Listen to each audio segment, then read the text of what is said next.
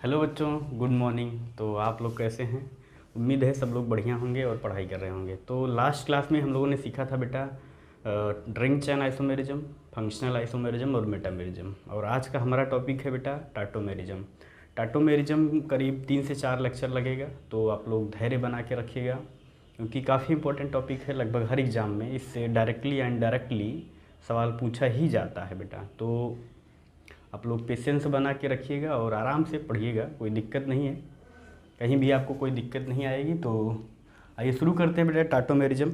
तो बेटा टाटोमेरिज्म होता क्या है? टाटोमेरिज्म होता है due to oscillation of an atom, जो कि H+ हो सकता है। जब किसी एटम का ऑसिलेशन होता है, किसी एटम क्या जनरली H+ ही होता है, हमारे सिलेबस में H+ का ही ऑसिलेशन होता है। वैसे नेगेटिव चार्ज का भी ऑसिलेशन होता है, जैसे Cl- का ऑसिलेशन होता है, बट हम लोग केवल स्टडी करेंगे बेटा H+ के ऑसिलेशन पे। और H+ का जब ऑसिलेशन होता है दो पॉलीवैलेंट एटम के बीच में, तो टाटोमेरिज्म क्रिएट होता है। और वो जो टाटोमेरिज्म क्रिएट होता है, वो टाटोमर्स दोनों आपस में इक्विलिब्रियम में रहते हैं। तो आइए हम लोग इसका डिफिनीशन देखते हैं क्या है। तो टाटोमेरिज्म होता है बेटा इट अराइजेज बिकॉज ऑफ, ये है बिकॉज ऑफ रैपिड oscillation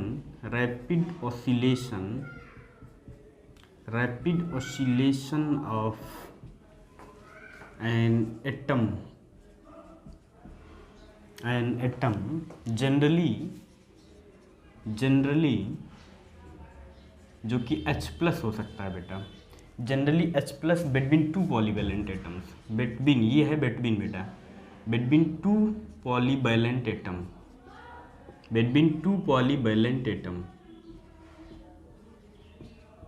तो बेटा अराइज कैसे होता है टाटोमेरिज्म? ऑसिलेशन ऑफ H+ का ऑसिलेशन होता है दो पॉलीवैलेंट एटम के बीच में। ऑसिलेशन का क्या मतलब हुआ बेटा? जैसे ये कोई एटम, अभी सिखाते हैं एग्जाम्पल से देखिएगा कि ऑसिलेशन का क्या मतलब होता है कि दो पॉलीवैलेंट एटम के बीच में, जैसे मान लीजिए ये A है, ये B है, A और B के बीच में H+ का ऑसिलेशन चलता रहता है। इस ऑसिलेशन की वजह से दो फॉर्म्स क्रिएट होते हैं जो आपस में टाटोमर्स होते हैं। ठीक है बेटा?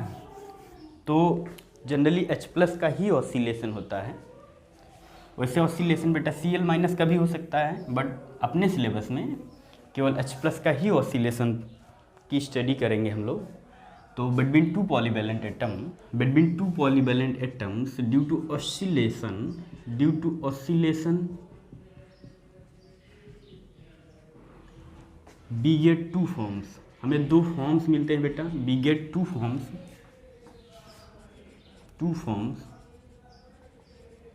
which are called tautomers. उन दोनों फॉर्म्स को आपस में टाटोमर्स बोलते हैं, called tautomers, and they are equilibrium with each other. दोनों फॉर्म्स बेटा एक दूसरे के इक्विलिब्रियम पे रहते हैं, and they are always at equilibrium है ये, इक्विलिब्रियम विद ईच अदर। बेटा जो टाटोमर्स होता है वो दो सिस्टम में होता है, एक तो डायड सिस्टम में होता है, एक ट्रायड सिस्टम में होता है। अब डायड ट्रायड का क्या मतलब होता है? It happen in two system, can happen in two system, it can happen in two system. पहला होता है बेटा डायड सिस्टम,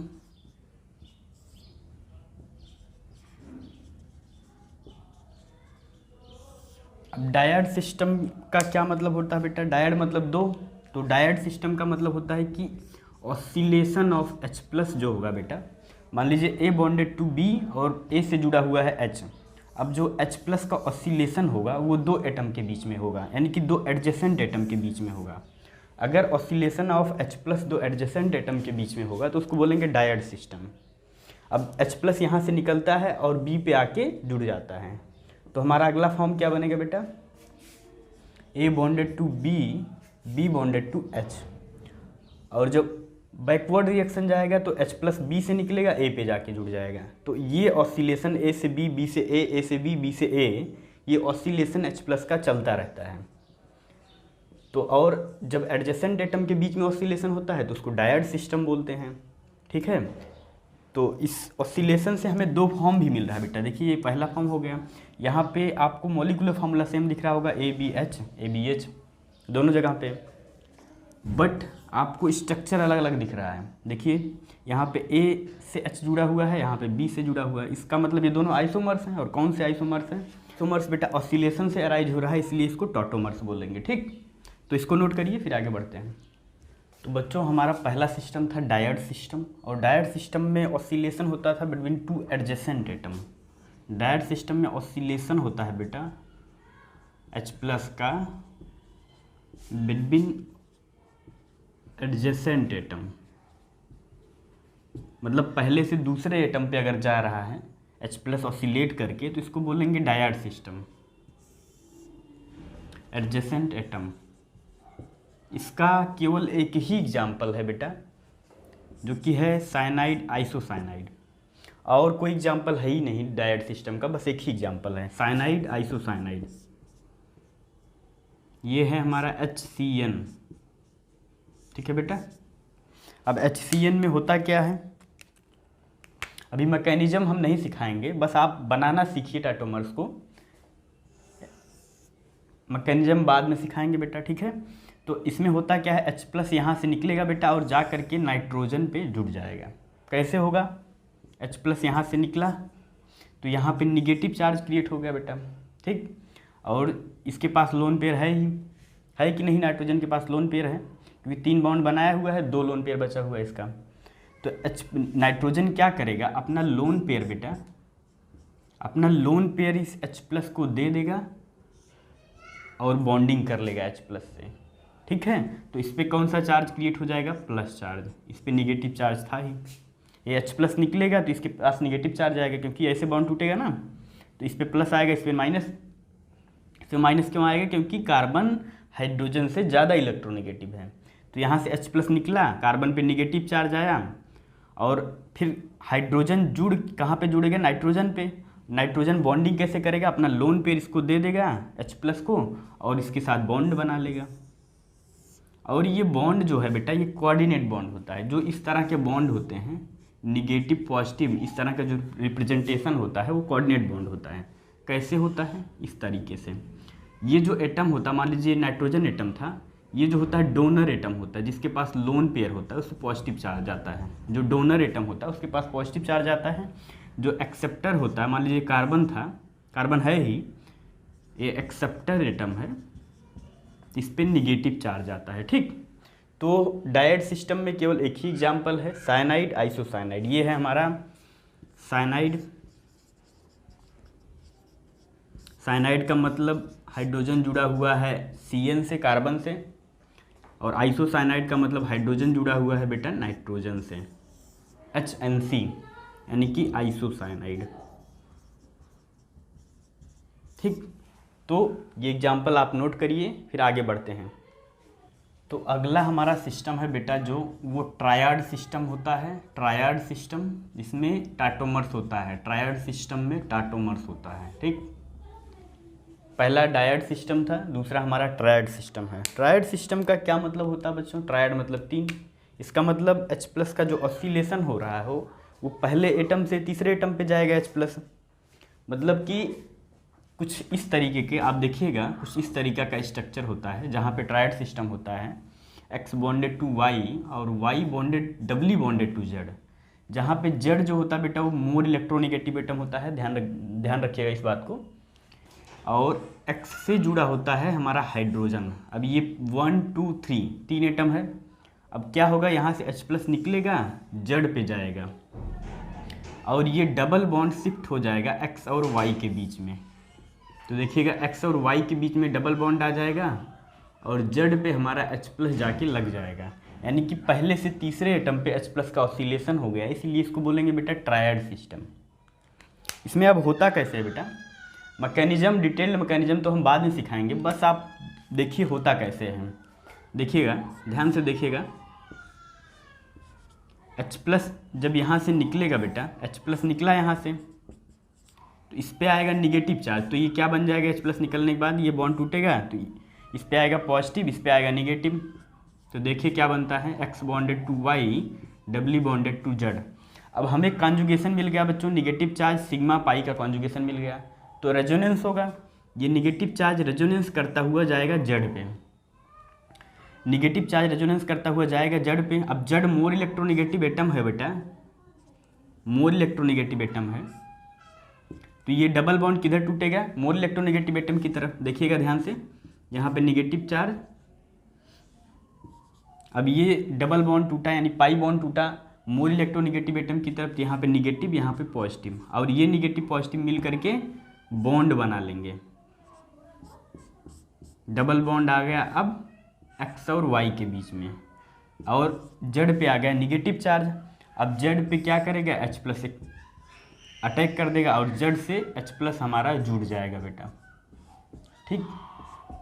तो कुछ इस तरीके से मैकेनिज्म होता है, बट आप ध्यान रखिएगा ऐसे मैकेनिज्म होता है, बट अभी डिटेल मैकेनिज्म हम नहीं बता रहे हैं, अभी बस आप बनाना सीखिए। आपको शॉर्टकट में क्या ध्यान रखना बेटा कि H+ यहाँ से निकलेगा और जा कर के Z पे जुड़ जाएगा, यहाँ पे निगेटिव चार्ज क्रिएट होगा और ये निगेटिव चार्ज रेजोनेंस करता हुआ Z पे जाएगा, ठीक। और ये डबल बॉन्ड X और Y के बीच में आ जाएगा। तो आप ध्यान कैसे रखेंगे बेटा कि H+ निकला, Z पे जुड़ा और ये डबल बॉन्ड शिफ्ट हो गया इस तरफ, ठीक। ऐसे आपको शॉर्ट में ध्यान रखना है। तो इसको नोट करिए, फिर इसका एग्जाम्पल देखते हैं। तो बेटा इसका एग्जाम्पल है कोई भी कीटोन जिसके पास अल्फ़ा H हो। मान लीजिए ये हमारा कीटो ग्रुप है कोई जिसके पास अल्फ़ा H है। अल्फ़ा H क्या होता है, वो हाइड्रोजन जो अल्फ़ा कार्बन से जुड़ा हुआ हो बेटा, ये फंक्शनल ग्रुप है। फंक्शनल ग्रुप के बगल का जो कार्बन होगा वो अल्फ़ा कार्बन होगा कि नहीं, उसके बाद जो कार्बन होगा वो बीटा होगा, उसके बाद जो कार्बन होगा वो गामा कार्बन होगा। तो अल्फ़ा कार्बन क्या होता है, जो फंक्शनल ग्रुप के बगल में होता है, एडजेसेंट में होता है, और अल्फ़ा कार्बन पे जो जुड़ा हुआ हाइड्रोजन होता है बेटा वो अल्फ़ा हाइड्रोजन होता है। तो टाटोमर्स में हमेशा अल्फ़ा H ही निकलता है बेटा, बगल वाला ही हाइड्रोजन ऑसिलेट करता है। तो इसका पहला एग्जाम्पल है बेटा कीटो इनोल टाटोमेरिज्म। तो कोई भी कीटो ग्रुप कोई भी कीटोन विद अल्फ़ा H जिसके पास अल्फ़ा हाइड्रोजन हो वो टाटोमर शो करेगा। अब होगा क्या बेटा, यहाँ से H+ निकलेगा, ऑक्सीजन पे लगेगा और ये डबल बॉन्ड शिफ्ट हो जाएगा। अभी आप मैकेनिज्म पे मत ध्यान दीजिए बेटा, अभी केवल बनाना सीखिए कि यहाँ से H+ निकला तो ये हो गया CH2 और डबल बॉन्ड ये वाला शिफ्ट हो गया कहाँ पे, कार्बन कार्बन के बीच में, तो यहाँ डबल बॉन्ड आ गया और ये H जुड़ गया ऑक्सीजन पे, यहाँ पे सिंगल बॉन्ड हो गया OH CH3।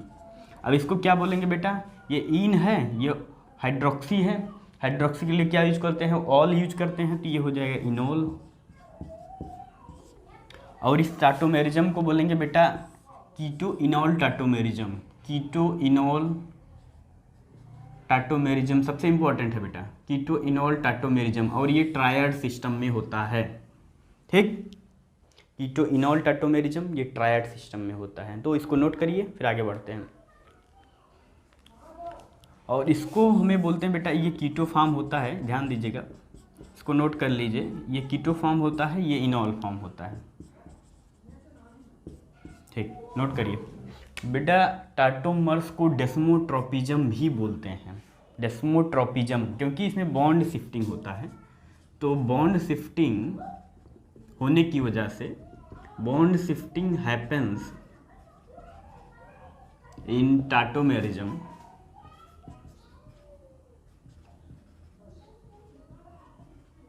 so it is called, so it is also called desmotropism, desmotropism। तो बेटा टाटोमेरिज्म को डेस्मोट्रोपिज्म भी बोलते हैं, इस सेंटेंस को ध्यान रखिएगा। तो अगला कॉन्सेप्ट है बेटा कि टाटोमेरिज्म इज बेसिकली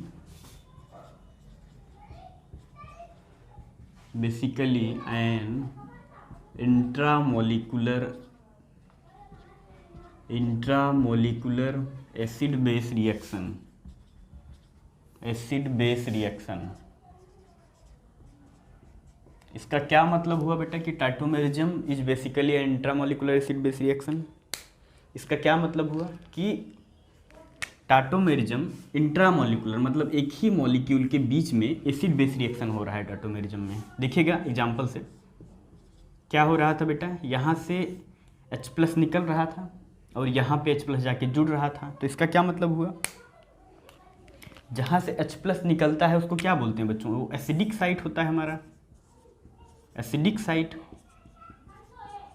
और जहाँ पे H+ जुड़ता है बेटा उसको बोलते हैं बेसिक साइट, मतलब वो बेस की तरह बिहेव कर रहा है इसलिए बेसिक साइट, क्योंकि H+ एक्सेप्ट कर रहा है।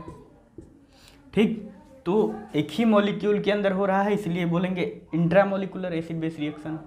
यानी कि यहाँ से H+ गया है, यहाँ पे एक्सेप्ट कर लिया B, देखिएगा H+ A से निकला बेटा और B पे जाके जुड़ गया, तो B हमारा बेसिक साइट हो गया और A हमारा एसिडिक साइट हो गया। लेकिन जब हम बैकवर्ड डायरेक्शन में जाते हैं तो B हमारा बिहेव करेगा बेटा एसिड की तरह। क्यों, क्योंकि अब यहाँ से H+ निकलेगा और A हमारा बिहेव करेगा बेस की तरह, क्योंकि यहाँ पे H+ जुड़ेगा। देखिएगा, तो एसिड बेस रिएक्शन होता है जनरली, टाटोमेरिज्म जो होता है बेटा वो बेसिकली एक इंट्रामोलिकुलर एसिड बेस रिएक्शन होता है। तो इसको नोट करिए। तो बेटा एसिड बेस रिएक्शन का, एसिड बेस का एक कॉन्सेप्ट है कि always strong acid plus strong base मिल करके weak acid plus weak base देते हैं। ठीक, हमेशा बेटा स्ट्रॉन्ग एसिड और स्ट्रॉन्ग बेस रिएक्शन करेंगे तो वीक एसिड और वीक बेस बनेगा। और इस डायरेक्शन में जो रिएक्शन होगा बेटा वो स्पॉन्टेनियस होगा, मतलब फिजिबल होगा। कहने का क्या मतलब हो बेटा कि जो फॉरवर्ड डायरेक्शन में रिएक्शन होगा वो मेजर प्रोडक्ट देगा। कहने का मतलब रिएक्शन हमेशा स्ट्रॉन्ग एसिड और स्ट्रॉन्ग बेस मिल करके हमेशा वीक एसिड और वीक बेस ही देगा। ऐसा नहीं होगा वीक बेस और वीक एसिड मिल करके बैकवर्ड डायरेक्शन में जाने लगे, यानी कि स्ट्रॉन्ग एसिड और स्ट्रॉन्ग बेस दें। हमेशा स्ट्रॉन्ग एसिड मिलेगा, स्ट्रॉन्ग बेस मिलेगा तो वीक एसिड और वीक बेस बनेगा और ये मेजर प्रोडक्ट होगा, ये माइनर प्रोडक्ट होगा। क्योंकि इस डायरेक्शन में रिएक्शन फॉरवर्ड डायरेक्शन में क्या हो रहा है, स्पॉन्टेनियस हो रहा है, अपने आप हो रहा है, इसीलिए ये माइनर होगा। ठीक है बेटा, माइनर प्रोडक्ट। तो इससे हम क्या सीखते हैं बेटा, इससे हम क्या सीखते हैं बेटा, इससे हमें एक कॉन्सेप्ट सीखते हैं कि that टाटोमर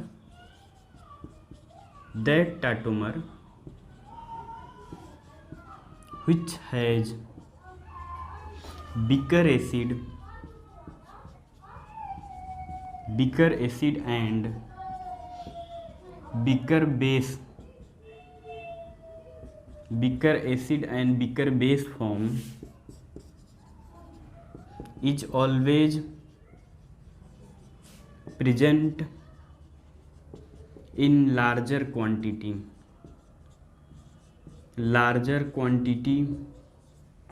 at equilibrium।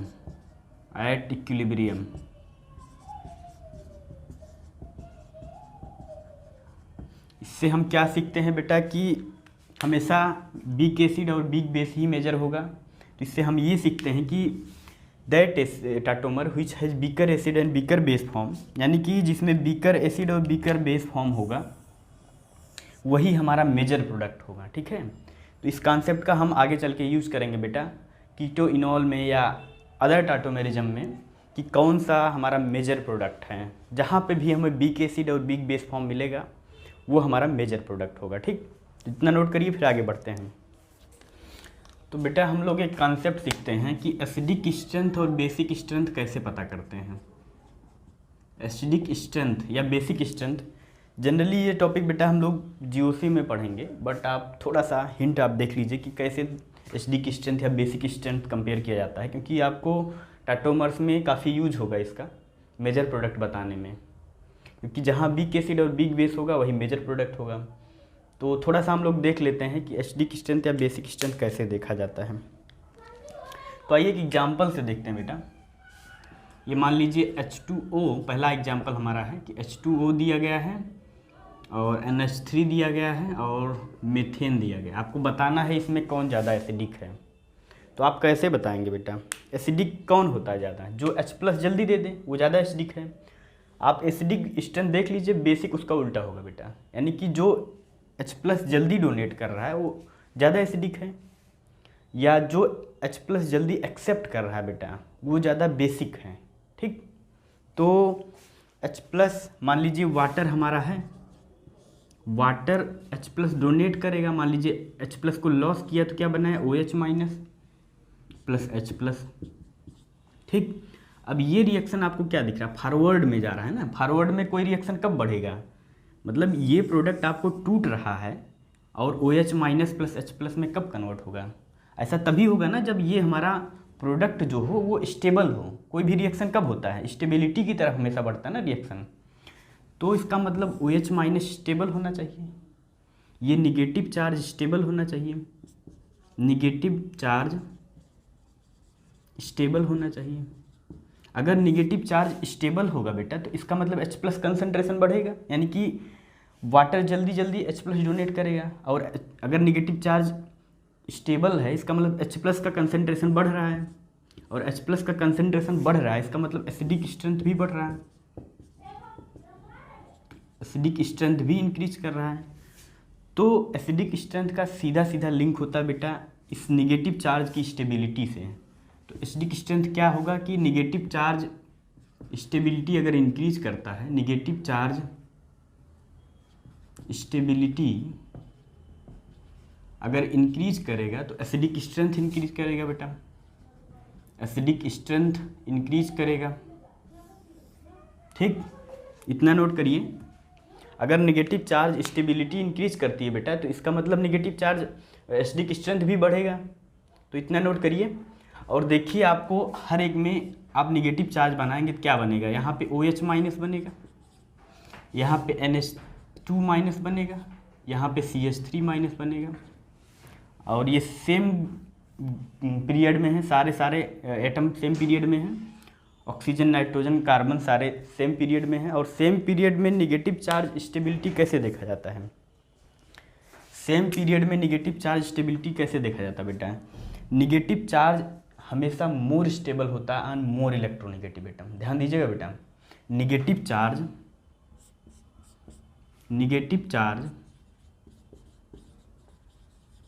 Is more stable, is always more stable on more electronegative atom, more electronegative atom. ये EN का मतलब electronegative atom. Negative charge is always more stable on more electronegative atom. ये concept कब लगाएंगे? Same period के लिए valid है बेटा। सेम ग्रुप के लिए अलग कॉन्सेप्ट होता है। सेम ग्रुप में अगर हम लोग जा रहे हैं, जैसे यहाँ पे आपको कंपेयर करना, आप बताइए यहाँ पे कौन सा चार्ज निगेटिव चार्ज ज़्यादा स्टेबल है? जाहिर सी बात है आपको मोर इलेक्ट्रोनिगेटिव ऑक्सीजन दिखेगा, ऑक्सीजन पे चार्ज है, यहाँ पे NH2 पे है, यहाँ पे CH3 मतलब कार्बन पे है। तो ये हमारा निगेटिव चार्ज स्टेबिलिटी होगा। तो एसिडिक स्ट्रेंथ भी क्या होगा? यही होगा। इसका मतलब जहाँ पे जिसका निगेटिव चार्ज ज़्यादा स्टेबल होगा वो ज़्यादा एसिडिक होगा। इसका मतलब क्या हो बेटा कि water is more acidic than ammonia than methane. ठीक, अब अगर हम सेम ग्रुप में कंपेयर करते हैं बेटा, मान लीजिए हमारा दूसरा एग्जाम्पल है, इतना नोट करिए, फिर दूसरा एग्जाम्पल देखते हैं।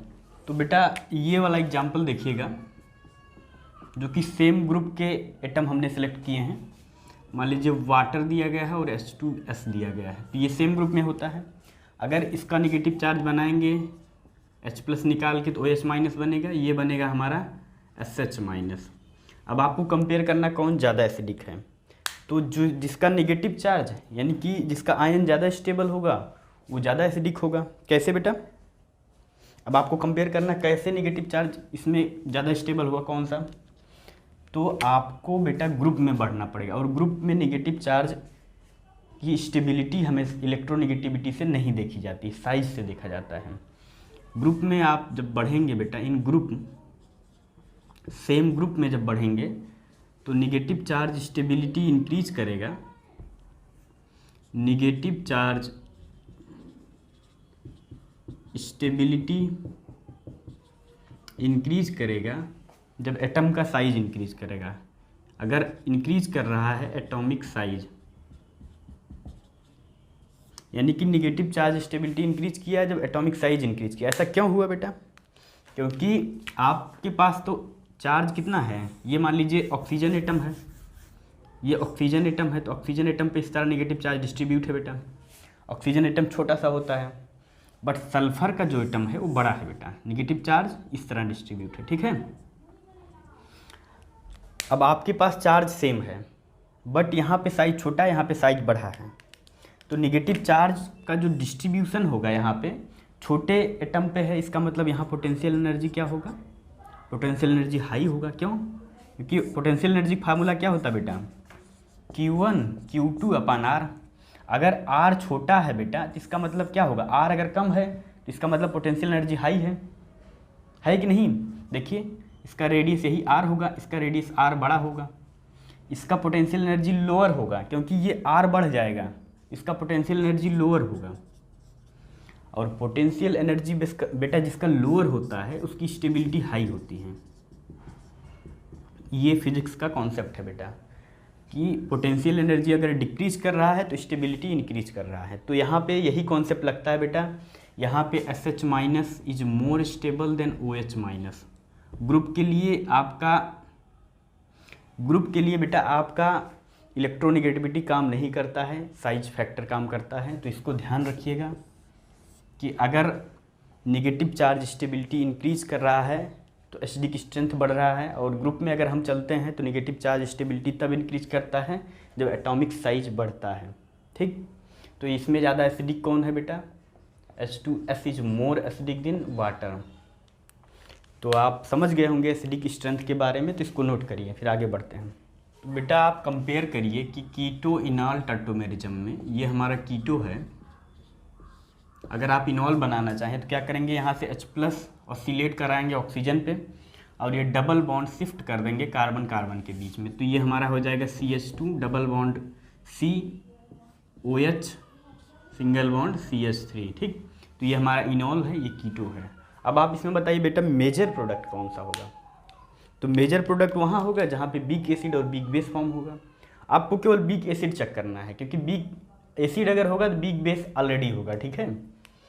तो बेटा H+ CH3 से निकलना आसान है कि OH से निकलना आसान है, देख के बताइए।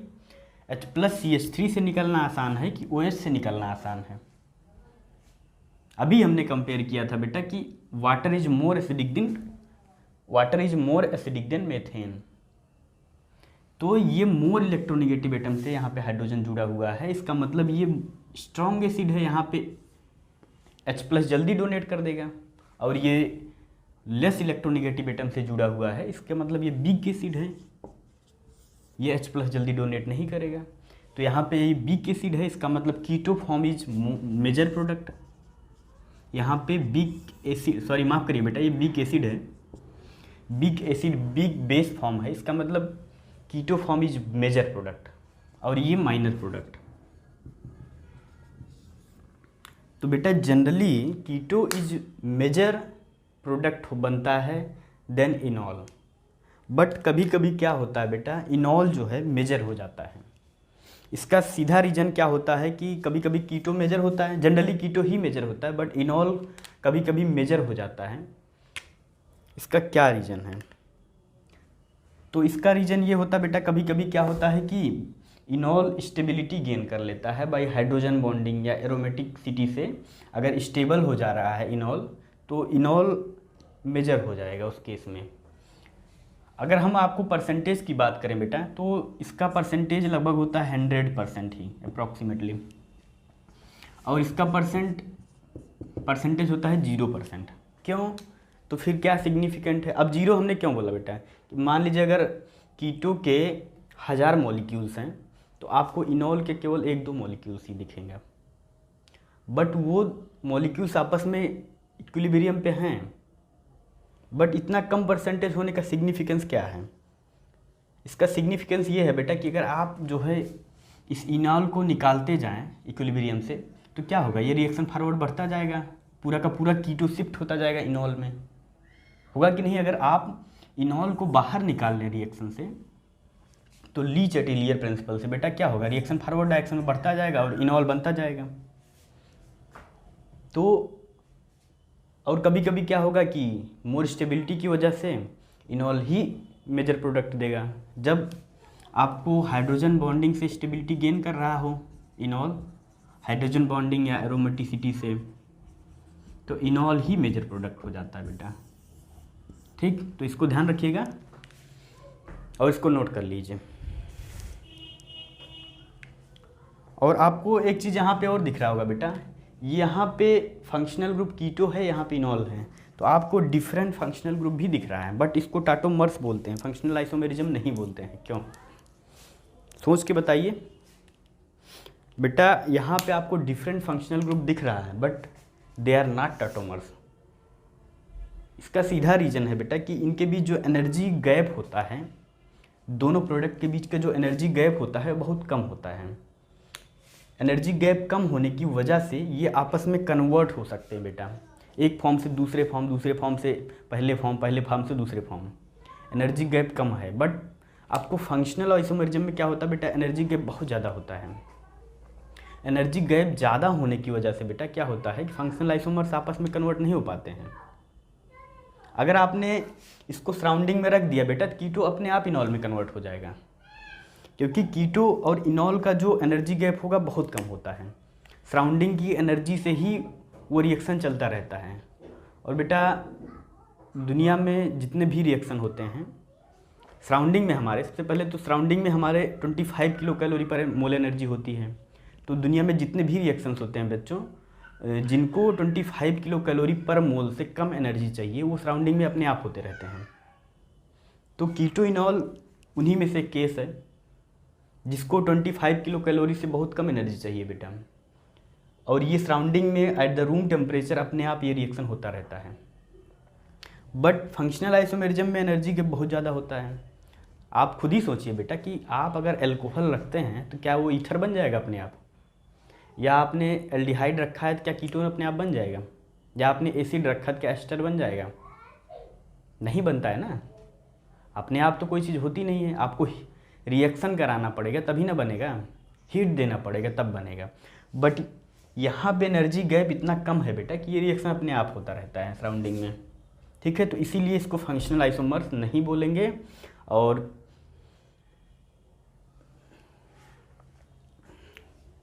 ठीक है बेटा, तो इसीलिए इसको फंक्शनल आइसोमर्स नहीं बोलते हैं, इसको टाटोमर्स बोलते हैं। तो इस चीज़ को हम सेंटेंस फॉर्म में भी लिखते हैं, पहले आप इसको नोट करिए। तो इसको सेंटेंस फॉर्म में लिखिए बेटा कि tautomers have different functional group, tautomers have different functional group, different functional group, ये है functional group, but they are never termed as functional isomerism. इसका रीजन क्या है बेटा, इसका रीजन क्या है? बिकॉज है बेटा कि they are readily interconvertible, they are readily interconvertible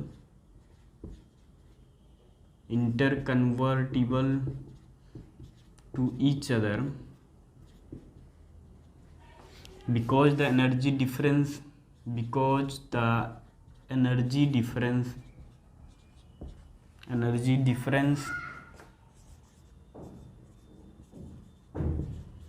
in tautomers is very less, but in functional isomerism the energy difference is very high, energy difference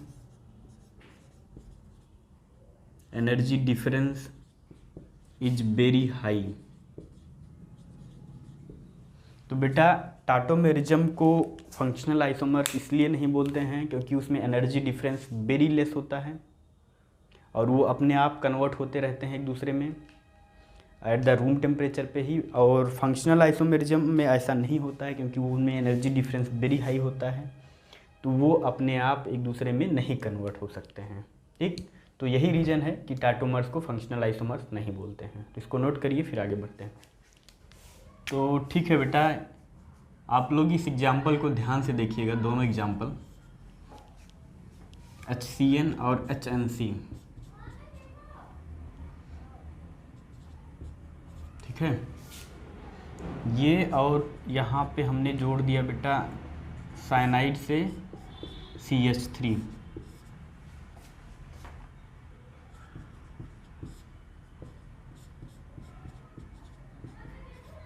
अब आप बताइए इन दोनों में क्या रिलेशन है बेटा, इन दोनों में क्या रिलेशन है और इन दोनों में क्या रिलेशन है। तो आप लोगों का जवाब क्या होगा बेटा, ये तो फंक्शनल आइसोमर्स हैं, डायड सिस्टम वाला, एक ही सिंगल एग्जांपल है साइनाइड आइसोसाइनाइड, तो ये तो टाटोमर्स हैं। बट ये बेटा टाटोमर्स नहीं है, क्यों? क्योंकि बेटा CH3 का जो ऑसिलेशन के लिए वेरी हाई एनर्जी चाहिए, वेरी हाई एक्टिवेशन एनर्जी चाहिए, बट H+ के ऑसिलेशन के लिए लो एक्टिवेशन एनर्जी चाहिए, बहुत कम एनर्जी पे ही 25 नहीं 2-3 कैलोरी एनर्जी पे ही ऑसिलेट हो जाता है H+। बट CH3 के ऑसिलेशन के लिए वेरी हाई एक्टिवेशन एनर्जी चाहिए बेटा, इसलिए ये टाटोमर्स नहीं है। और इनको क्या बोलेंगे फिर? तो पहला रीजन आप लिखिए कि पहला वाला तो टाटोमर्स है because oscillation of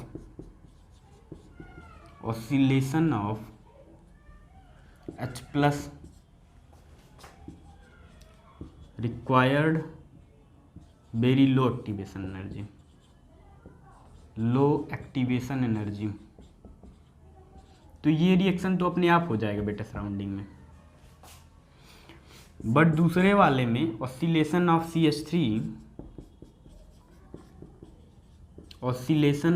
CH3 plus is required very high activation energy.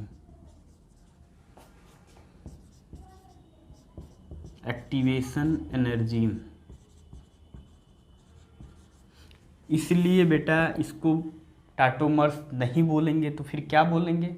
Functional group change हो रहा है, इसलिए इसको बोलेंगे फंक्शनल आइसोमेरिज्म। ठीक, H+ के ऑसिलेशन के लिए बेटा 25 किलो कैलोरी एनर्जी की ज़रूरत नहीं है, 3 से 4 कैलोरी में ही इसका ऑसिलेशन हो जाता है। बट CH3 के ऑसिलेशन के लिए वेरी हाई एक्टिवेशन एनर्जी चाहिए, रूम टेम्परेचर पे पॉसिबल नहीं है, इसीलिए ये दोनों आपस में साइनाइड आइसोसाइनाइड बन रहे हैं, यानी कि फंक्शनल ग्रुप चेंज हो रहा है, इसलिए इसको बोलेंगे फंक्शनल आइसोमेरिज्म। ठीक, इसको नोट करिए, फिर आगे बढ़ते हैं। एक एग्जांपल देखिएगा बेटा और आप निष्कर्ष निकालिएगा इस एग्जांपल पे कि CH3 ये बना इनॉल में, तो ये इनॉल में कैसे बनेगा? यहाँ से H+ जाएगा, ऑक्सीजन पे जुड़ जाएगा, यहाँ से डबल बॉन्ड शिफ्ट हो जाएगा कार्बन कार्बन के बीच में। तो एक तो इनॉल ये बना और दूसरा हमारा हो गया एल्डिहाइड ग्रुप। अगर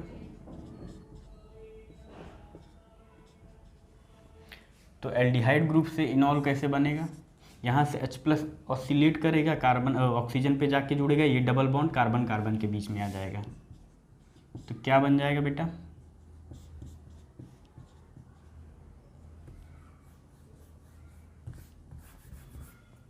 ये होगा CHOH। ठीक, अब आपको बताना है बेटा ये दोनों में क्या रिलेशन है। ये दोनों तो आपको टाटोमर्स दिख ही रहे हैं, तो ये टाटोमर्स हो गए, ये दोनों भी आपस में टाटोमर्स हैं। अब आप बताइए बेटा इन दोनों में क्या रिलेशन है, बताइए ये दोनों में क्या रिलेशन है? ये दोनों में फंक्शनल ग्रुप चेंज हो रहा है ना, ये कीटो है, इनॉल है, तो ये तो फंक्शनल आइसोमर्स है। इन दोनों में क्या रिलेशन है? क्या यहाँ पे फंक्शनल ग्रुप चेंज हो रहा है? आपको मॉलिक्यूलर फार्मूला दोनों में सेम दिख रहा होगा बेटा, आप देख सकते हैं। OH की पोजीशन नहीं चेंज होती हुई दिख रही बेटा, यहाँ पे 1 पे है, यहाँ पे 2 पे है। देखिए, तो ये तो पोजीशन आइसोमर्स है। बट आप ये बताइए बेटा, इन दोनों में क्या रिलेशन है और इन दोनों में क्या रिलेशन है? ये कीटो है, ये इनॉल है, ये कीटो है, ये इनॉल है। आप बताइए रिलेशन क्या है? क्या टाटोमर्स हैं एक दूसरे के? क्या एक दूसरे के टाटोमर्स हैं बेटा? ये कीटो है, ये इनॉल है, ये कीटो है, ये इनॉल है। तो ये एक दूसरे के टाटोमर्स नहीं हैं। क्यों? क्योंकि जो अगर टाटोमर्स होते तो ये दोनों आपस में इक्विलिब्रियम पे होते ना, ये दोनों आपस में इक्विलिब्रियम पे होते ना। ये इनॉल इसका है ना कि इसका है, ये इनॉल इसका है ना कि इसका है। तो ये फिर क्या होंगे आप बताइए? अगर टाटोमर्स भी नहीं है बट कीटो इनॉल आपको दिख रहा है तो क्या है बताइए? तो सिंपल सी बात बेटा, फंक्शनल ग्रुप चेंज हो रहा है, आपको मॉलिक्यूलर फार्मूला भी सेम दिख रहा है, फंक्शनल ग्रुप चेंज हो रहा है, दोनों एक दूसरे के इक्विलिब्रियम पे नहीं है। सबसे इंपॉर्टेंट कंडीशन होना चाहिए बेटा टाटोमर्स के लिए, दोनों कीटो इनॉल एक दूसरे के इक्विलिब्रियम पे होना चाहिए। तो ये सब कंडीशन फॉलो नहीं हो रहा है, लेकिन same molecular formula, same molecular weight, different structure है, और स्ट्रक्चर में आपका फंक्शनल ग्रुप चेंज होता हुआ दिख रहा है। इसका मतलब ये दोनों आपस में फंक्शनल आइसोमर्स हैं। तो ये इंपॉर्टेंट एग्जांपल है, आप इसको ध्यान रखिएगा बेटा, ठीक है? इसको नोट करिए, फिर आगे बढ़ते हैं। तो बेटा पहला टाटोमेरिज्म हमारा है कीटो इनॉल टाटोमेरिज्म, ठीक? पहला टाटोमेरिज्म है बेटा कीटो इनॉल टाटोमेरिज्म।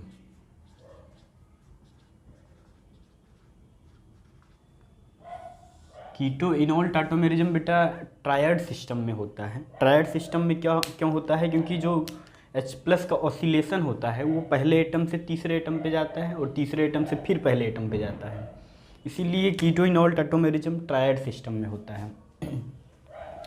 तो इसको एग्जांपल से समझते हैं। जैसे हमारा एग्जांपल है पहला CH3CO CH3, ठीक? अब इसके पास ये अल्फ़ा पोजीशन है, ये अल्फ़ा पोजीशन है, दोनों अल्फ़ा पोजीशन पे अल्फ़ा हाइड्रोजन है, ठीक है? तो इसका टाटोमर्स आप बना के दिखाइए। दूसरा हमारा एग्जांपल है ये। तीसरा एग्जांपल है बेटा ये, किसी बेंजीन पे COH ग्रुप लगा हुआ है। तो बनाने का क्या तरीका है बेटा? बनाने का तरीका सिंपल सा है, आप हाइड्रोजन यहाँ से ऑसिलेट कराइए और जोड़ दीजिए ऑक्सीजन से, और ये डबल बॉन्ड को आप शिफ्ट कर दीजिए कार्बन कार्बन के बीच में। यहाँ से एक हाइड्रोजन गया बेटा, तो यहाँ पे कितना हाइड्रोजन बचा?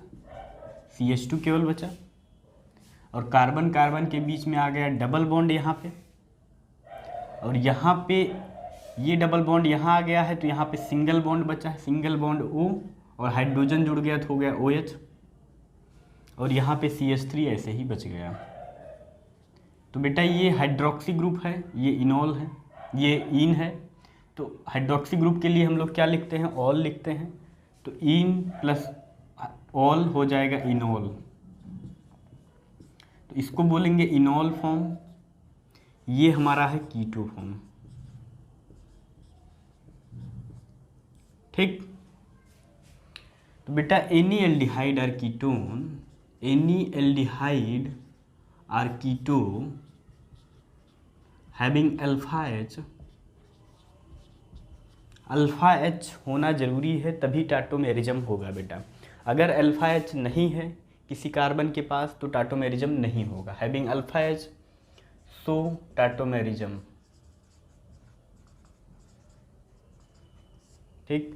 तो अल्फा H होना ज़रूरी है। जैसे इन दोनों एग्जांपल्स में आप देखिए बेटा अल्फा H है, यहाँ तो अल्फा कार्बन ही नहीं है, तो अल्फा H कहाँ से होगा?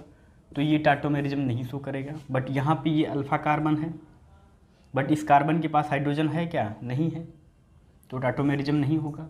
अगर हाइड्रोजन होता भी बेटा तो ये sp2 है, इस कार्बन का हाइब्रिडाइजेशन क्या है? sp2 हाइब्रिडाइज्ड कार्बन है ये।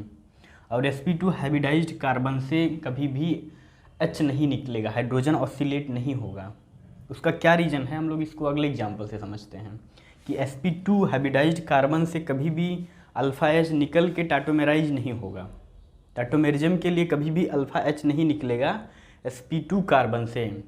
दो चीज़ों में कभी भी अल्फ़ा H नहीं निकलता है बेटा, एक तो sp2 कार्बन से कभी भी अल्फ़ा H नहीं निकलेगा, नहीं ऑसिलेट होगा फॉर टाटोमेराइजेशन, ऑसिलेट होगा फॉर टाटोमेराइजेशन।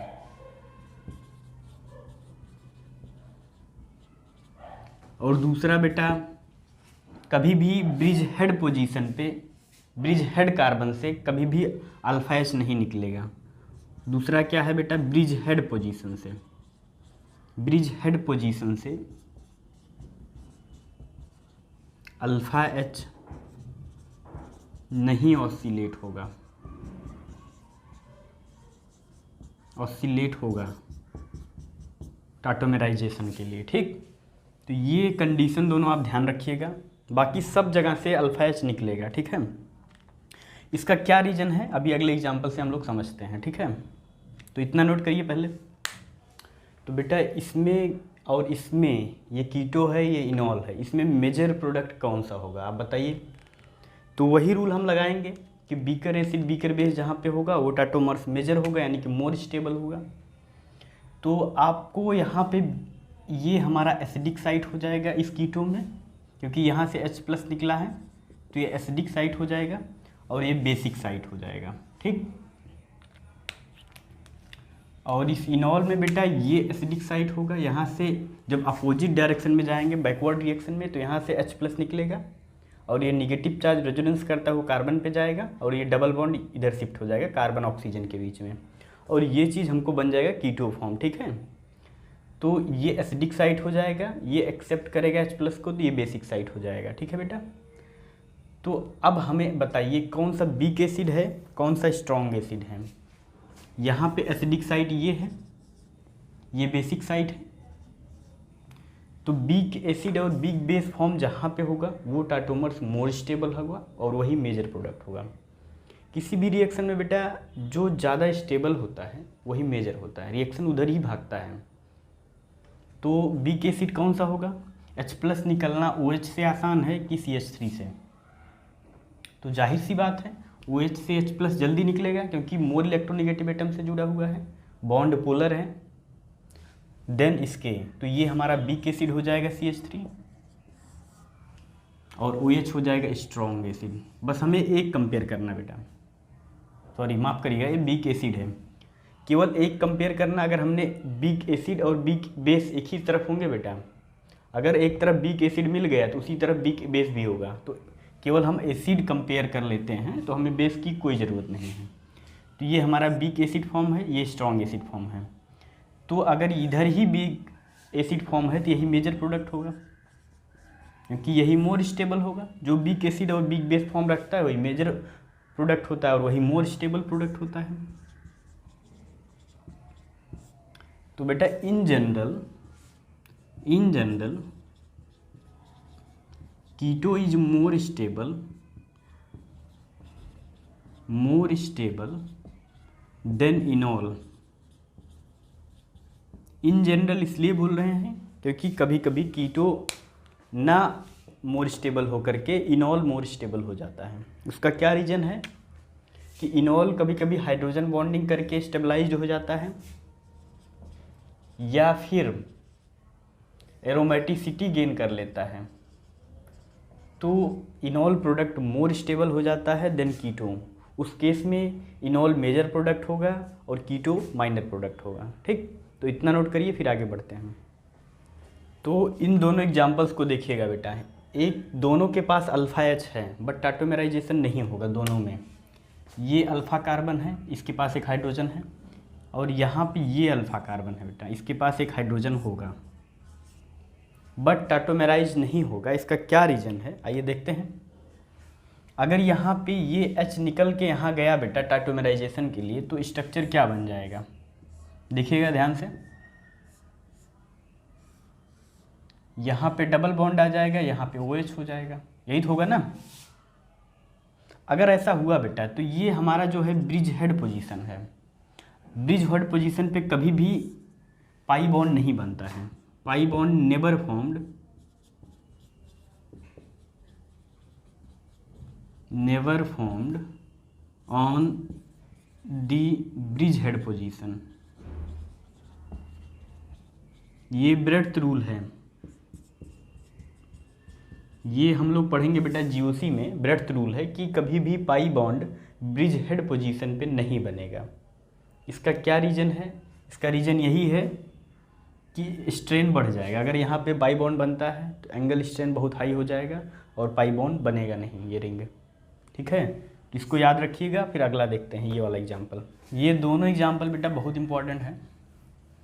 कि पहला है कि कभी भी sp2 कार्बन से अल्फा H नहीं निकलेगा फॉर टाइटोमेराइजेशन, और दूसरा है ब्रिज हेड कार्बन से कभी भी अल्फा H नहीं निकलेगा फॉर टाइटोमेराइजेशन। और ये हमारा sp2 कार्बन है बेटा। ठीक है, तो sp2 कार्बन से क्यों नहीं निकलता अल्फा H? इसका रीज़न क्या है? अब अगर हम अल्फा H निकालते हैं तो क्या बनेगा, देखिएगा ये बना ना। अब टाइटोमेराइजेशन में याद करिए क्या होता था कि जो निगेटिव चार्ज बनता था बेटा वो कॉन्जुगेशन में होता था। अगर आप देखते हैं ध्यान से, यहाँ भी कॉन्जुगेशन है, निगेटिव सिग्मा पाई का कॉन्जुगेशन है। बट कॉन्जुगेशन होने के बाद होता क्या था, वो निगेटिव चार्ज रेजोनेंस करता हुआ ऑक्सीजन पे जाता था, यानी मोर इलेक्ट्रोनिगेटिव एटम पे जाता था, तब जाके टाइटोमेराइजेशन होता था।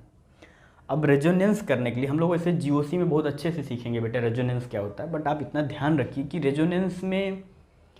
रेजोनेंस तभी होता है जब पैरेलल p ऑर्बिटल की ओवरलैपिंग होती है।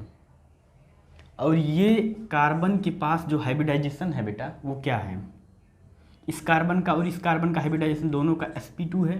और यहाँ sp2 था, H+ निकलने के बाद भी sp2 ही रहता है। ये सबसे इम्पोर्टेंट बात है बेटा, ध्यान रखने वाली बात है कि H+ निकलने के बाद भी इस कार्बन का हाइब्रिडाइजेशन sp2 ही होता है। ठीक, इसमें क्या होता था बेटा, ध्यान दीजिएगा। जो लास्ट एग्जाम्पल था उसमें क्या होता था, निगेटिव चार्ज यहाँ बनता था, उसके बाद इसका हाइब्रिडाइजेशन sp2 होता था, इसका भी हाइब्रिडाइजेशन sp2 है। अब होता क्या था बेटा कि अगर इसका हाइब्रिडाइजेशन इस कार्बन का sp2 है, इसका भी sp2 है, तो एक p ऑर्बिटल इसके पास होगा जो कि इसके पैरेलल होगा, क्योंकि ये पाई बॉन्ड बनाया हुआ है। sp2 है तो एक p ऑर्बिटल कार्बन के पास बचा है ना, जो कि पाई बॉन्ड बनाया है ऑक्सीजन के साथ। पाई बॉन्ड कब बनता है, जब p ऑर्बिटल की साइड बेज ओवरलैपिंग होती है। साइड बेज ओवरलैपिंग का मतलब p ऑर्बिटल कुछ इस तरीके से है परपेंडिकुलर, और इस तरह की ऊपर नीचे ओवरलैपिंग हो रही है, ऐसा नहीं, इस तरीके से होना चाहिए। तो कहने का मतलब बेटा कि जो sp2 होता है, sp2 हाइब्रिडाइजेशन होता है, तो जो हमारा मॉलिक्यूल होगा वो प्लेनर होगा। यहाँ पे क्या है, दोनों जगह sp2 हाइब्रिडाइजेशन है तो पूरा मॉलिक्यूल प्लेनर है। हम ऐसा एज्यूम करते हैं कि इस बोर्ड के प्लेन में पूरा मॉलिक्यूल है। तो जो p ऑर्बिटल होगा वो इसके परपेंडिकुलर होगा यहाँ पे इस कार्बन के, और एक p ऑर्बिटल इस कार्बन के परपेंडिकुलर होगा, और एक p ऑर्बिटल इस कार्बन के परपेंडिकुलर होगा। जो यहाँ पे p ऑर्बिटल है वो पाई बॉन्ड बनाया हुआ है। अब जब रेजोनेंस होता है यहाँ पे बेटा, तो ये पाई बॉन्ड टूटता है, तो ये p ऑर्बिटल यहाँ का और यहाँ का p ऑर्बिटल एक दूसरे से ओवरलैपिंग करते हैं इस तरीके से। जब ओवरलैपिंग होता है तो यहाँ डबल बॉन्ड बनता है, यानी पाई बॉन्ड बनता है, और यहाँ डबल बॉन्ड बनता है तो ये टूट जाता है और निगेटिव चार्ज यहाँ आ जाता है, तब जा कर के टाइटोमेरिज्म होता है। बट यहाँ पे क्या होगा बेटा, यहाँ पे जो निगेटिव चार्ज है, यहाँ पे निगेटिव चार्ज बेटा p ऑर्बिटल में था, यहाँ पे जो निगेटिव चार्ज था वो p ऑर्बिटल में था। बट यहाँ पे जो निगेटिव चार्ज होता है वो sp2 ऑर्बिटल में होता है। ये निगेटिव चार्ज sp2 ऑर्बिटल में होता है, और sp2 ऑर्बिटल कैसा होता है, प्लेनर होता है। ये sp2 ऑर्बिटल प्लेनर है, और ये p ऑर्बिटल परपेंडिकुलर है कुछ इस तरीके से। देखिए ये हमारा sp2 ऑर्बिटल है बोर्ड के प्लेन में, और यहाँ जो p ऑर्बिटल पाई बॉन्ड बनाया हुआ है ऑक्सीजन के साथ, इसके साथ, वो इस बोर्ड के परपेंडिकुलर है। तो क्या दोनों में ओवरलैपिंग हो पाएगी? बॉन्ड टूटने के बाद इस p ऑर्बिटल के पास क्या आएगा, पॉजिटिव चार्ज आएगा यहाँ पे, यहाँ पे नेगेटिव चार्ज, जब पॉजिटिव नेगेटिव ओवरलैप होते हैं तब जाके बॉन्ड बनता है। तो क्या इस sp2 ऑर्बिटल और ये p ऑर्बिटल के बीच ओवरलैपिंग हो पाएगा? नहीं हो पाएगा, क्योंकि दूरी बहुत ज़्यादा हो गई। अगर ये परपेंडिकुलर होते, p ऑर्बिटल में होता ये नेगेटिव चार्ज, तो ओवरलैपिंग हो जाती। तो इसी वजह से बेटा, इसी वजह से ये टाटोमेरिज्म नहीं शो करता, क्योंकि ये नेगेटिव चार्ज रेजोनेंस करता हुआ ऑक्सीजन पे नहीं जा पाता है। कहने का मतलब ये नेगेटिव चार्ज रेजोनेंस में शामिल नहीं है, इसका मतलब यहाँ कंजुगेशन नहीं है। काफ़ी इंपॉर्टेंट बात है, ध्यान रखिएगा। तो कहने का मतलब बेटा क्या हो गया कि कभी भी sp2 कार्बन का अल्फा H टाटोमेराइजेशन में शामिल नहीं होता है। ठीक है, काफ़ी इंपॉर्टेंट बात है, ध्यान रखिएगा। फिर आगे बढ़ते हैं, नोट करिए इसको, फिर आगे बढ़ते हैं। एक कॉन्सेप्ट है बेटा कि कभी भी टाटोमेराइजेशन नहीं होगा अगर कोई भी मॉलिक्यूल टाटोमेराइज्ड होने के बाद एंटी एरोमेटिक इनॉल देता है।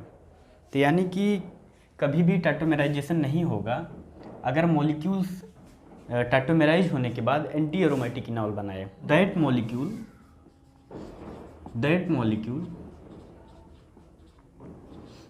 which gives anti-aromatic enol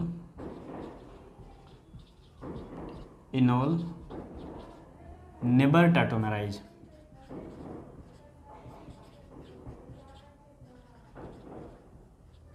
ठीक, कहने का मतलब यही हुआ कि कभी भी कोई मॉलिक्यूल अगर टाटोमेराइज होने के बाद एंटी एरोमेटिक हो जा रहा है तो वो टाटोमेराइज नहीं होगा, क्योंकि रूम टेम्परेचर पे बेटा कभी भी एंटी एरोमेटिक मॉलिक्यूल एग्जिस्ट नहीं करते हैं। तो अगला टाटोमेरिज्म है हम बेटा हमारा imine इनामीन।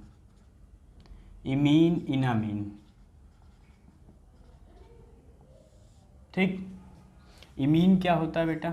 CH3CH double bond NH। जहाँ भी C डबल बॉन्ड NH दिखे उसको बोलेंगे इमीन। अब यहाँ पे अल्फ़ा H कहाँ पे है बेटा? ये फंक्शनल ग्रुप है, इसके बगल वाला कार्बन अल्फ़ा कार्बन, उसके पास जो हाइड्रोजन होगा वो अल्फ़ा हाइड्रोजन होगा। अब यहाँ से H+ निकलेगा, यहाँ नाइट्रोजन पे जाएगा और ये डबल बॉन्ड शिफ्ट हो जाएगा कार्बन कार्बन के बीच में। इस तरीके से होगा टाटोमेराइजेशन। तो आप बनाइए क्या बनता है, देखिए यहाँ से एक H+ निकला तो यहाँ पे बचा CH2 और ये डबल बॉन्ड चला गया कार्बन कार्बन के बीच में, और यहाँ पे एक आ गया सिंगल बॉन्ड रह गया और ये हाइड्रोजन आ गया तो NH2 हो गया। इसको बोलेंगे एमीन, और ये डबल बॉन्ड है तो इन प्लस एमीन हो जाएगा इनामीन। अब इसमें मेजर प्रोडक्ट कौन सा होगा बेटा बताइए? तो वही कॉन्सेप्ट लगाएंगे कि जहाँ पे बीकर एसिड बीकर बेस होगा वही मेजर प्रोडक्ट होगा, वही स्टेबल प्रोडक्ट होगा। तो बीक एसिड कहाँ पे होगा? अब आप बताइए, यहाँ से H+ निकला था, फॉरवर्ड डायरेक्शन में रिएक्शन जब बढ़ता है, और जब बैकवर्ड डायरेक्शन में रिएक्शन बढ़ेगा उल्टा आएगा तो H+ यहाँ से निकलेगा NH2 से। तो बेटा H+ CH3 से निकलना आसान है कि NH2 से निकलना आसान है? तो जाहिर सी बात है कि NH2 से H+ निकलना ज़्यादा आसान है, क्योंकि ये पोलर बॉन्ड है, नाइट्रोजन मोर इलेक्ट्रोनेगेटिव होता है और बॉन्ड पोलर होता है। तो ये हमारा हो जाएगा स्ट्रॉन्ग एसिड, ये हो जाएगा वीक एसिड।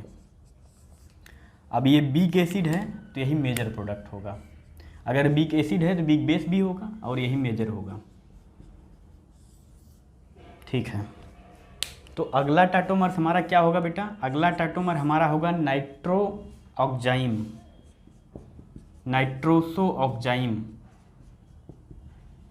अगला टाटोमर है थर्ड नाइट्रोसो-ऑक्जाइम। नाइट्रोसो ग्रुप क्या होता है बेटा? CH3 N double bond O को बोलेंगे nitroso, N double bond O को बोलेंगे नाइट्रोसो। अब कैसे टाटोमेराइज होगा? यहाँ से हाइड्रोजन H+ निकलेगा, जाके ऑक्सीजन पे जुड़ेगा और ये डबल बॉन्ड आ जाएगा कार्बन नाइट्रोजन के बीच में। तो देखिए क्या बनता है, ये डबल बॉन्ड कार्बन नाइट्रोजन के बीच में लगाइए और यहाँ पे एक H+ चला गया तो बचा CH2, और यहाँ पे एक H आ गया, यहाँ सिंगल बॉन्ड बचा, हो गया OH। अब C डबल बॉन्ड NOH को बोलेंगे बेटा ऑक्जाइम। ध्यान रखिएगा, ऑक्जाइम।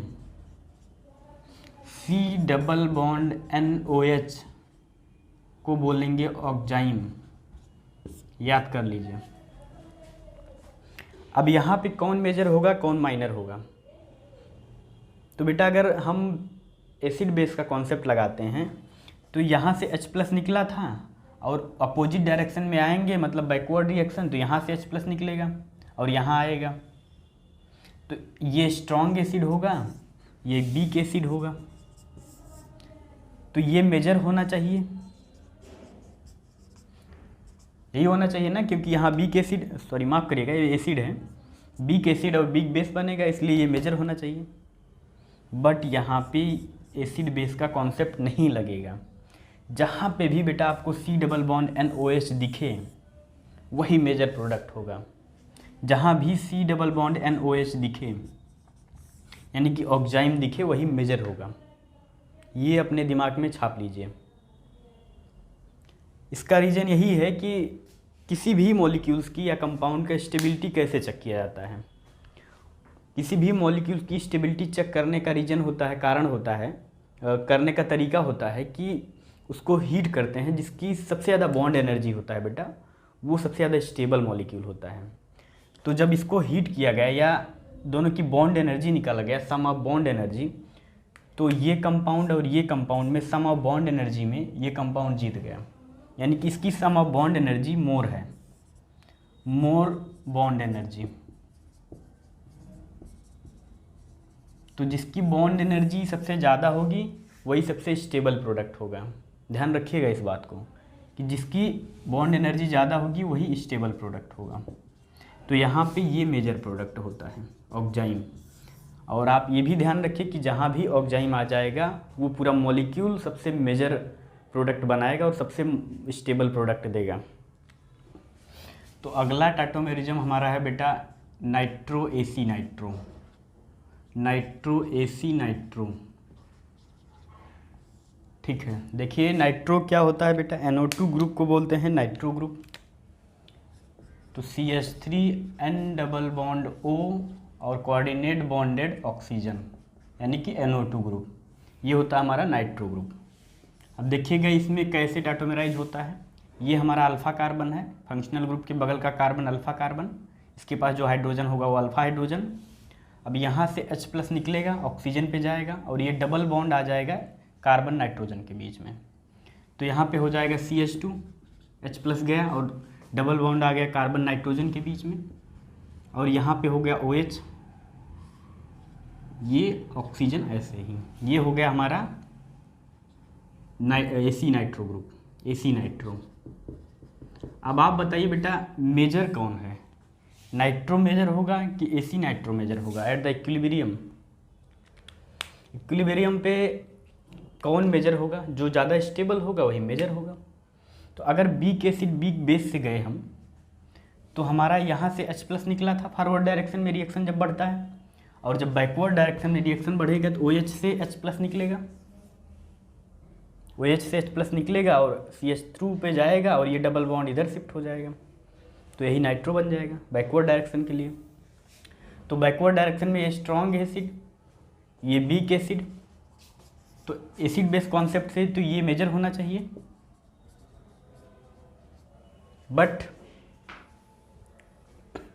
बट ये नहीं होगा बेटा, ये मेजर नहीं होगा। इसका क्या रीज़न है, यहाँ पे एसिड बेस कॉन्सेप्ट नहीं लगेगा। अगर आप ध्यान से देखें बच्चों तो एसी नाइट्रो में आपको कुछ दिख रहा है जो हमने बताया था। आपको क्या दिख रहा है, C डबल बॉन्ड NOH। हमने बोला था बेटा कि जहाँ पे C डबल बॉन्ड NOH जिसको ऑक्जाइम बोलते हैं, अगर ये ग्रुप दिख जाता है किसी भी मॉलिक्यूल में तो वही मेजर प्रोडक्ट होगा। क्यों? क्योंकि C डबल बॉन्ड NOH यानी कि oxime bye bond energy concept, इसका सम ऑफ बॉन्ड एनर्जी ज़्यादा होता है नाइट्रो ग्रुप से। अगर बॉन्ड एनर्जी ज़्यादा होगा, sum of bond energy aci nitro का ज़्यादा होगा नाइट्रो से, तो इसका मतलब ये स्टेबल प्रोडक्ट होगा। अगर ये स्टेबल होगा तो यही मेजर होगा एट इक्विलिब्रियम। ठीक, नोट करिए। अगला टाटोमर्स हमारा क्या है बच्चों, फिफ्थ है हमारा एमाइड इमिनोल। एमाइड इमिनॉल, माफ करिएगा, एमाइड इमिनॉल है। फिफ्थ टाटोमेरिज्म है एमाइड इमिनॉल। एमाइड क्या होता है? CONH2 ग्रुप को एमाइड बोलते हैं। देखिएगा ये है हमारा एमाइड। अब यहाँ से H+ कहाँ से निकलेगा बेटा? इम्पॉर्टेंट बात है, यहाँ पे H+ कहाँ से निकलेगा? H+ वहाँ से निकलता है जो अगर H+ मोर इलेक्ट्रोनिगेटिव एटम से जुड़ा हुआ है तो वहाँ से H+ जल्दी निकलेगा।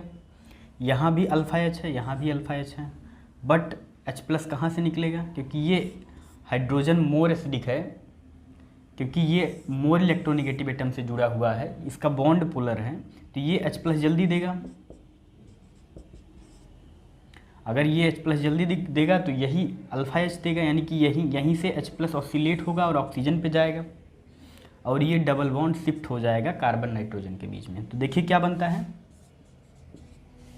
ये CH3 ऐसे ही, यहाँ कार्बन नाइट्रोजन के बीच में डबल बॉन्ड बन गया, एक H गया तो NH बचा और यहाँ पे सिंगल बॉन्ड OH। अब यहाँ पे ये ऑल है, ये इन है, तो इसको बोलेंगे इमिनॉल। तो ये कौन सा टाटोमेर हो गया बच्चों? एमाइड इमिनॉल। अब इसमें आप बताइए कौन मेजर होगा? क्या C डबल बॉन्ड NOH तो नहीं दिख रहा है, तो एसिड बेस कॉन्सेप्ट से लगाएंगे। जब हम बैकवर्ड डायरेक्शन में आएंगे बेटा तो कौन एसिड की तरह बिहेव करेगा? OH बिहेव करेगा, क्योंकि यहाँ से जल्दी H+ निकलेगा, क्योंकि ऑक्सीजन की इलेक्ट्रोनिगेटिविटी मोर है, ये बॉन्ड ज़्यादा पोलर होगा तो H+ ये जल्दी देगा, तो ये स्ट्रॉन्ग एसिड होगा। और यहाँ ये वीक एसिड होगा। NH2 ज़्यादा एसिडिक है कि OH ज़्यादा एसिडिक है? जाहिर सी बात है NH2 ज़्यादा OH ज़्यादा एसिडिक है, मोर एसिडिक स्ट्रेंथ है, ये वीक एसिड है। अगर जहाँ वीक एसिड वीक बेस होगा वही मेजर होगा, एसिड बेस कॉन्सेप्ट से, ठीक है। तो एमाइड मेजर प्रोडक्ट होगा, इमिनॉल माइनर प्रोडक्ट होगा, ठीक है। तो इसको दोनों नोट करिए, फिर अगला देखते हैं। तो छठा क्या है बेटा? ट्राईएजो टाटोमेरिज्म। ट्राई मतलब 3, एजो का मतलब नाइट्रोजन बॉन्डेड है। नाइट्रोजन ऐसे बॉन्डेड है बेटा, लगातार नाइट्रोजन बॉन्डेड को बोलेंगे एजो कंपाउंड। तो ट्राईएजो टाटोमेरिज्म। एजो कब बोलेंगे बेटा? जब नाइट्रोजन लगातार बॉन्डेड हो तो उसको एजो कंपाउंड बोलते हैं। तो यहाँ पे 3 नाइट्रोजन होगा। देखिएगा कैसे बनाते हैं ट्राईएजो।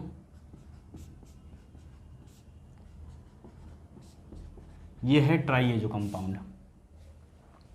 अब यहाँ पे अल्फ़ा H कहाँ पे है बेटा? ये है अल्फ़ा H इसके पास, तो यहाँ पे नाइट्रोजन से H निकलेगा और इस नाइट्रोजन पे जाएगा और ये डबल बॉन्ड इधर शिफ्ट हो जाएगा। तो क्या बनता है देखिएगा ध्यान से, यहाँ पे सिंगल बॉन्ड बचेगा, एक हाइड्रोजन आया था तो NH यहाँ हो जाएगा और ये डबल बॉन्ड इस N के बीच में हो जाएगा, ये हो जाएगा CH3, ठीक।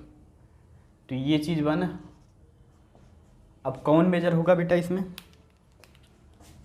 दोनों जगह नाइट्रोजन से ही H+ निकलेगा और निगेटिव चार्ज डेवलप होगा। यहाँ भी इस नाइट्रोजन से H+ निकलेगा जब बैकवर्ड डायरेक्शन में रिएक्शन आएगा। तो कौन सा नाइट्रोजन ज़्यादा एसिडिक है? कहाँ का H+ ज़्यादा एसिडिक है? जहाँ पे निगेटिव चार्ज ज़्यादा स्टेबल होगा। यहाँ का निगेटिव चार्ज तो इसका +I लगेगा, जीओसी में आप सीखेंगे CH3 यानी मेथाइल ग्रुप +I इफेक्ट लगाता है। अगर ये +I लगाएगा तो ये निगेटिव चार्ज और बढ़ जाएगा, जिससे ये अनस्टेबल हो जाएगा,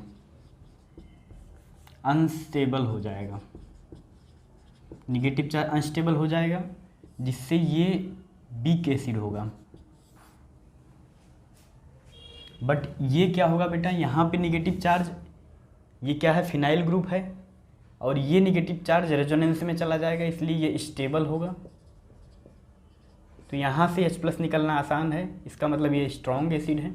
अगर स्ट्रॉन्ग एसिड है तो ये कंपाउंड माइनर होगा और ये कंपाउंड मेजर होगा, ठीक है, नोट कर लीजिए। अगला टाटोमेरिज्म है बेटा डाईएजो टाटोमेरिज्म। डाईएजो, ट्राईएजो था, अब डाईएजो टाटोमेरिज्म।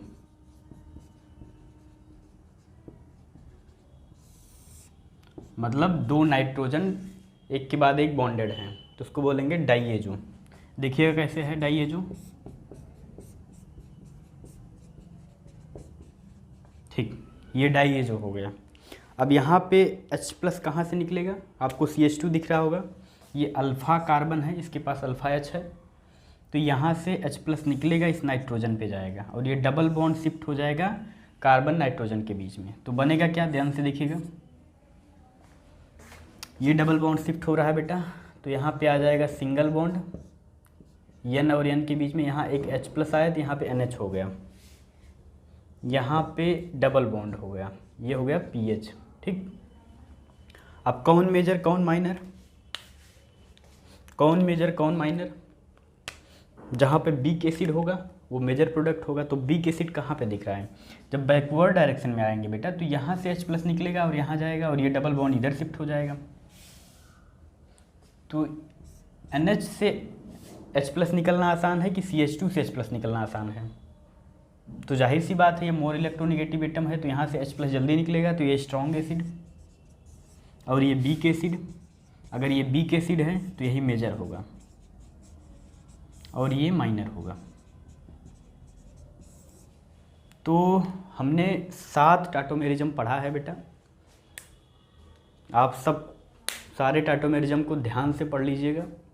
सबसे इम्पोर्टेंट उसमें है कीटोइनॉल टाटोमेरिज्म, बाकी बहुत इम्पोर्टेंट नहीं है, बट आप ध्यान रखिएगा सभी को, क्योंकि सारे यूज में आएंगे, बट सबसे इम्पोर्टेंट है कीटोइनॉल टाटोमेरिज्म, ठीक है।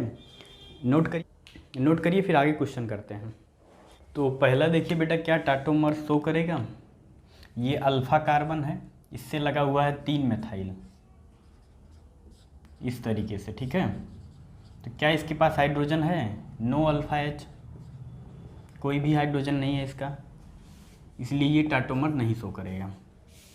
यहाँ पे ये अल्फ़ा H इसके पास है, तो ये टाटोमराइज होगा, ये H+ जाएगा यहाँ ऑक्सीजन के पास, ये डबल बॉन्ड शिफ्ट हो जाएगा कार्बन कार्बन के बीच में।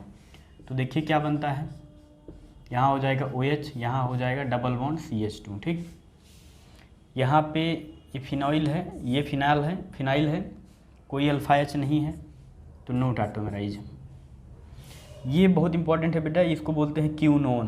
क्या क्यूनोन टाटोमराइज होगा, यहाँ पे एक हाइड्रोजन है, यहाँ पे एक हाइड्रोजन है, यहाँ भी हाइड्रोजन है, यहाँ भी हाइड्रोजन है, बट ये अल्फ़ा H कहाँ पे है बेटा, ये इसका हाइब्रिडाइजेशन sp2 है, तो बेटा ये क्यूनोन है। क्यूनोन टाटोमेराइज होता है कि नहीं होता है, आप देखिएगा, ये कीटो ग्रुप है, ये कीटो ग्रुप है, यहाँ भी ये कीटो ग्रुप है, और ये अल्फ़ा कार्बन है, और अल्फ़ा कार्बन के पास, हर एक अल्फ़ा कार्बन के पास अल्फ़ा H है, तो क्या टाटोमेराइज्ड होना चाहिए। तो हमने बताया था कि बेटा कि कभी भी sp2 कार्बन का जो अल्फ़ा H होता है वो टाटोमेराइजेशन में नहीं जाता है। यहाँ पे सारे कार्बन का हाइब्रिडाइजेशन sp2 है, आप देखिए sp2 होगा कि नहीं, यहाँ पे जो कार्बन है, एक बॉन्ड, 2 बॉन्ड और एक कार्बन, ये हाइड्रोजन का बॉन्ड, 3 सिग्मा बॉन्ड, तो sp2, तो sp2 कार्बन का हाइड्रोजन कभी भी टाटोमेराइजेशन में नहीं जाएगा, इसका मतलब क्यूनोन कभी भी टाटोमेराइज नहीं होगा,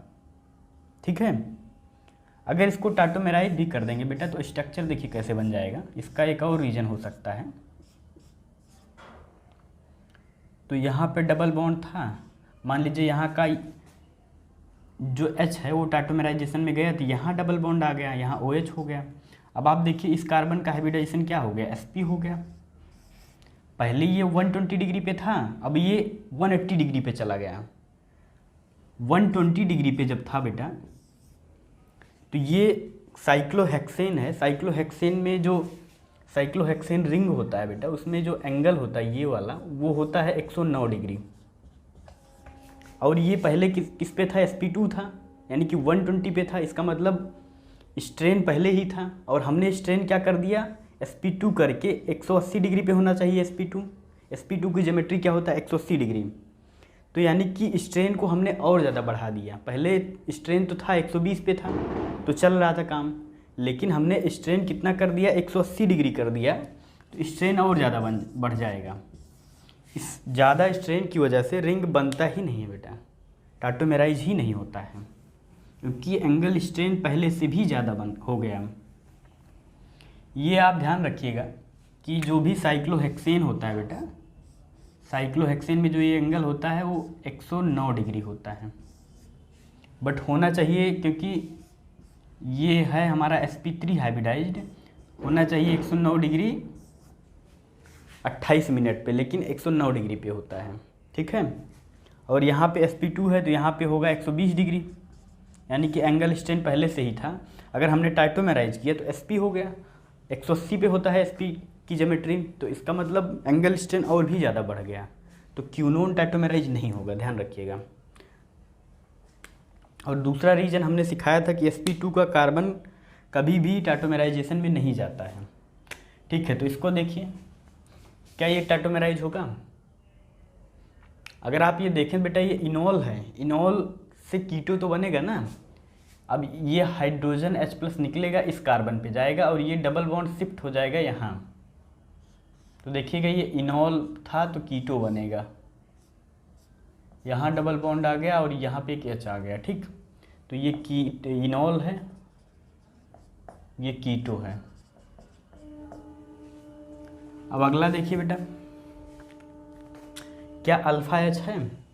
इधर तो अल्फा H नहीं है, बट यहाँ पे एक हाइड्रोजन होगा जो कि टाइटोमेराइज होगा, और ये हाइड्रोजन निकलेगा और इस ऑक्सीजन पे जाएगा और यहाँ डबल बॉन्ड आ जाएगा। तो देखिए स्ट्रक्चर क्या बनेगा, PH डबल बॉन्ड हो गया, यहाँ OH हो गया, और ये रिंग ऐसे ही। ठीक, इसमें देखिएगा, इसमें क्या होगा बेटा, यहाँ पे अल्फा H है, तो स्ट्रक्चर क्या बन जाएगा, यहाँ से अल्फा H गया टाइटोमेराइजेशन के लिए, ये डबल बॉन्ड इधर आ गया, तो देखिए क्या बन जाएगा, ये बन गया। बट ये बनेगा नहीं बेटा, क्योंकि ये आपको देखें तो ये एंटी एरोमेटिक दिख रहा है, 2 पाई इधर 2 पाई इधर, 4n पाई, जहाँ भी 4n पाई होगा, 4n पाई इलेक्ट्रॉन होगा और डीलोकलाइज्ड होगा, वो एंटी एरोमेटिक होगा। तो हमने आपको बोला था बेटा कभी भी एंटी एरोमेटिक इनॉल फॉर्म्ड नहीं होता है, तो ये भी टाइटोमेराइज नहीं होगा, ध्यान रखिएगा इस एग्जाम्पल को। तो इस एग्जाम्पल में देखिएगा बेटा, यहाँ पे अल्फा H है, यहाँ से H+ निकलेगा। अब चाहे इधर टाइटोमेराइज कराइए चाहे इधर टाइटोमेराइज करिए, बात एक ही है, एक ही बार टाइटोमेराइज होगा। तो यहाँ से मान लेते हैं यहाँ पे लेके जा रहे हैं अल्फा H को, और ये डबल बॉन्ड शिफ्ट करा रहे हैं इधर। ठीक है, तो ये डबल बॉन्ड आ गया इधर, ये वो ऐसे ही, यहाँ हो गया OH। ये बेटा एरोमेटिक है, ध्यान रखिए, ये चीज़ हम आपको सिखाएंगे GOC में, बट आप इसे याद रखिए, ये एरोमेटिक है। जब ये एरोमेटिक है इसी वजह से ये मेजर है। एरोमेटिक क्यों है? क्योंकि यहाँ पे 2n पाई दिख रहा होगा बेटा, क्योंकि ये जो बॉन्ड होता है हमेशा टूटा हुआ फॉर्म में रहता है, यहाँ निगेटिव, यहाँ निगेटिव, यहाँ पॉजिटिव, यहाँ पॉजिटिव। अब ये 2 पाई इलेक्ट्रॉन है, यहाँ पे 1 पाई बॉन्ड है, यानी कि 2 पाई इलेक्ट्रॉन है, और 2 पाई इलेक्ट्रॉन घूम रहा है रिंग के अंदर, तो इसका मतलब ये एरोमेटिक रिंग है। अगला देखिए, अगला आप यहाँ हाइड्रोजन होगा, यहाँ हाइड्रोजन होगा, यहाँ हाइड्रोजन होगा, यहाँ अल्फा H होगा, यहाँ अल्फा H होगा, यहाँ अल्फा H होगा। तो एक एक करके आप टाइटोमेराइज कराइए, पहले इसको टाइटोमेराइज कराइए, तो क्या बन जाएगा, इसको ऐसे ही रहने दीजिए समझने के लिए, बट होता एक साथ है सब। अब ये H जाएगा इस ऑक्सीजन पे, तो यहाँ हो जाएगा OH, और ये डबल बॉन्ड शिफ्ट हो जाएगा इस कार्बन कार्बन के बीच में। ठीक, अब क्या कराइए, आप इसको टाइटोमेराइज कराइए, यहाँ से हाइड्रोजन टाइटोमेराइज कराइए और यहाँ लेके आइए, ये डबल बॉन्ड यहाँ शिफ्ट कराइए, तो क्या स्ट्रक्चर बनेगा, ये डबल बॉन्ड यहाँ गया तो इसके बीच में डबल बॉन्ड आ गया, ये ऑलरेडी ऐसे ही था, और ये H यहाँ आएगा तो यहाँ हो जाएगा OH, ये डबल बॉन्ड ऐसे ही। अब फिर क्या करिए, आप यहाँ से H+ लेके जाइए इस ऑक्सीजन पे, और ये डबल बॉन्ड इधर शिफ्ट करा दीजिए, देखिए क्या बन जाएगा, ये OH डबल बॉन्ड ऐसे ही था, यहाँ भी OH डबल बॉन्ड ऐसे ही रहने दीजिए, यहाँ पे डबल बॉन्ड आ जाएगा, यहाँ हो जाएगा OH। अब ये हो गया बेटा एरोमेटिक, बट ये एरोमेटिक है, ये एरोमेटिक नहीं है, बट आप ने आपको हमने बताया था कि जहाँ भी इनॉल एरोमेटिक हो जाएगा वो मेजर होगा, बट इस केस में ऐसा नहीं है। इस केस में मेजर ये है। ये बहुत ही इंपॉर्टेंट एग्जांपल है, तो इसको ध्यान रखिएगा। इस केस में ये मेजर है, ये माइनर प्रोडक्ट है। इसका रीज़न है कि बाई बॉन्ड एनर्जी सम, जब सम ऑफ बॉन्ड एनर्जी निकालते हैं तो बेटा इसका बॉन्ड एनर्जी ज़्यादा होता है,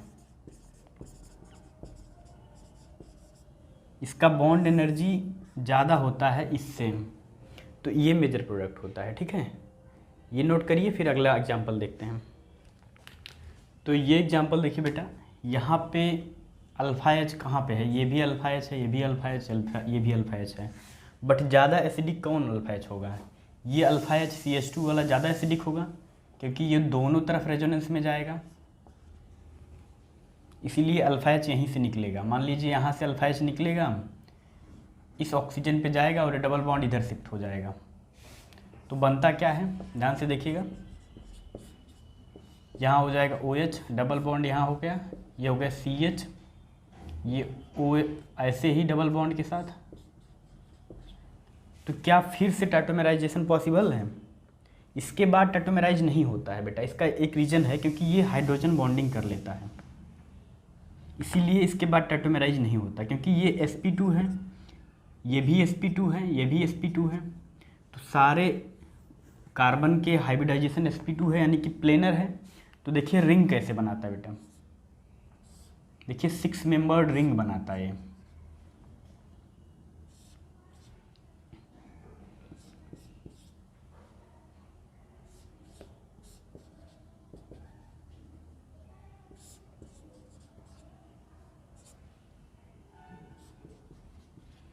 ये हो जाएगा हाइड्रोजन बॉन्डिंग। हाइड्रोजन बॉन्डिंग की वजह से इसके बाद अल्फा एच तो है बेटा, लेकिन इसके बाद इस अल्फा एच के निकलने के बाद दोबारा टाटोमेराइज नहीं होगा, क्योंकि हाइड्रोजन बॉन्डिंग की वजह से स्टेबिलिटी बढ़ गया, स्टेबिलिटी बढ़ गया, तो यही मेजर प्रोडक्ट होता है।